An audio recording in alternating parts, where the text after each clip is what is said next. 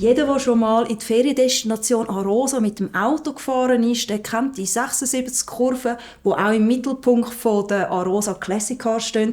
Ich freue mich sehr, dass ich heute den OK-Präsidenten zu Gast habe. Herzlich willkommen, Markus Markwalder. Freut mich sehr, da dürfen zu sein. Wir sind heute in Arosa und an diesem Wochenende findet das Arosa Classic Car Rennen statt. Du bist OK-Präsident. Wie viele schlaflose Nächte hat man vor so einem Event-Weekend? Jubiläumsveranstaltung ist natürlich noch etwas Spezielleres. Wir feiern die 20. Austragung. Da ist natürlich Rahmenprogramm wie gestern Abend das Jubiläumsfest mit dem Konzert Megawatt. Wir haben heute Walter Röhl vor Ort. Ganz spezieller Abend heute Abend. Das Race-Dinner wird zum Jubiläumsdinner.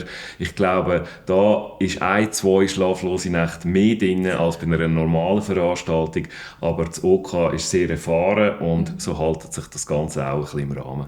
Ich habe vorher erfahren, dass du bereits 15 Jahre lang in dieser Organisation drin bist, 10 als OK-Präsident. Was bedeutet dir das, dass der Event in diesem schönen Arosa stattfinden kann? Das bedeutet mir sehr viel. Ich glaube, wir haben uns alle ein bisschen in die Destination Arosa verliebt. Und die Rennstrecke die ist wirklich einzigartig. Die letzten 76 Kurven von Langwies nach Arosa. Wir haben alle eine Verbundenheit mit Arosa. Und als wir das dürfen, in dieser wunderschönen Bergnatur durchführen, ja, bedeutet mir wirklich sehr viel. Wir kennen die Leute, wir sind auch sonst hier oben am Skifahren und so macht es das Ganze auch einfacher zum Organisieren, wenn man weiss, wer die entsprechenden Ansprechpersonen sind, um Lösungen zu suchen. Und ich glaube, Arosa ist eine Familie und alle helfen aktiv mit, alle nehmen auch die Einschränkungen auf sich, als die Strasse 3 Tage gesperrt ist. Und ich glaube, das kann man nur mit dem Einbezug von Arosa so durchführen und da bin ich sehr dankbar. Hast du selber eine Leidenschaft für die Oldtimer? Die sind ja auch im Mittelpunkt des Rennens.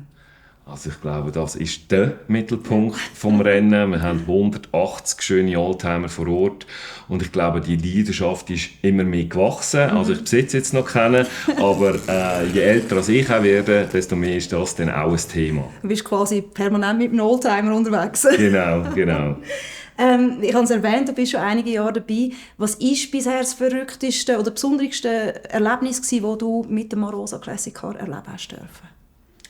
Ja, ich bin nicht so ein guter Beifahrer bei dieser Rennstrecke. Also ich muss immer selber fahren. Und in meinem ersten Jahr als Projektleiter, also, da ist mir natürlich schon recht eingebunden. Da hatte ich noch 2 Nattels auf mir gehabt, das Event-Handy, mein Privates. Wir haben beide gleichzeitig geläutet. Und ich bin überredet worden, so eine Renntaxifahrt zu machen. Bin eingestiegen und ich bin kreidebleich da oben angekommen und das Telefon hat geläutet. Und was ich schön gefunden habe, man war füreinander da gewesen, eingesprungen, einander unterstützt und habe dann im 2., 3. keine Renntaxifahrt mehr gemacht, dass ich wirklich präsent bin. Ja.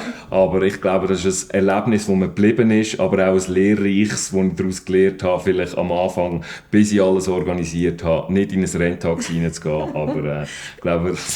ein Learning. Bist aber wieder mal in ein Renntaxi eingestiegen? Ja, ich bin wieder mal in eins eingestiegen. Einfach zu einem besseren Zeitpunkt. Genau, ein bisschen besser terminiert und mich nicht einfach überschnorren lassen. Ja. Sehr gut, ja, das passt doch gerade, weil als Eventorganisator braucht man auch Nerven aus Stahl. Hast du einen Tipp, wie jetzt andere Leute, die vielleicht nicht im Eventmanagement tätig sind, damit umgehen, wenn einmal in einer Situation alles um die Ohren fliegt? Ich glaube, einen klaren Kopf zu behalten ist das Wichtigste. Mal tief 3-mal ein- und ausschnaufen, wieder zu dir selber zu kommen, die Situation einschätzen und dann erst eine Entscheidung treffen und die nächsten Schritte zum Evaluieren.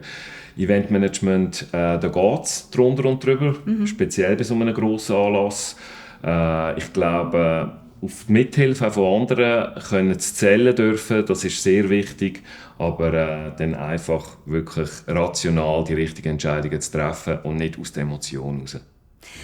Du hast sicher auch ein paar Mal gut tief durchgeschnaufen hier in Arosa, da kann man das sehr gut in dieser Landschaft. Lass uns auch noch über die Destination oder die Region Arosa reden. Was gefällt dir da Besonderes, mal abgesehen vom ACC? Ja, ich glaube im Winter, dass du so viele schöne Winterwanderwege hast, wenn du nicht nur auf der Piste bist. Ich bin Familienvater, da kann ich nicht mehr die ganze Zeit irgendwie Skifahren. Ich würde sagen, Geheimtipp ist vielleicht Bretschalp, wo man gut hinlaufen kann, wo man nicht mit der Ski herkommt. Wirklich einmalig dort das Panorama zu geniessen, zurückziehen und dort eine feine Käseschnitte oder so essen. Also Arosa eignet sich perfekt zum tief durchschnaufen und halt die frische Bergluft auch zu geniessen. Wunderbar, das nehme ich gerade als Abschlusswort. Herzlichen Dank, Markus, bist du da gewesen. Danke vielmals.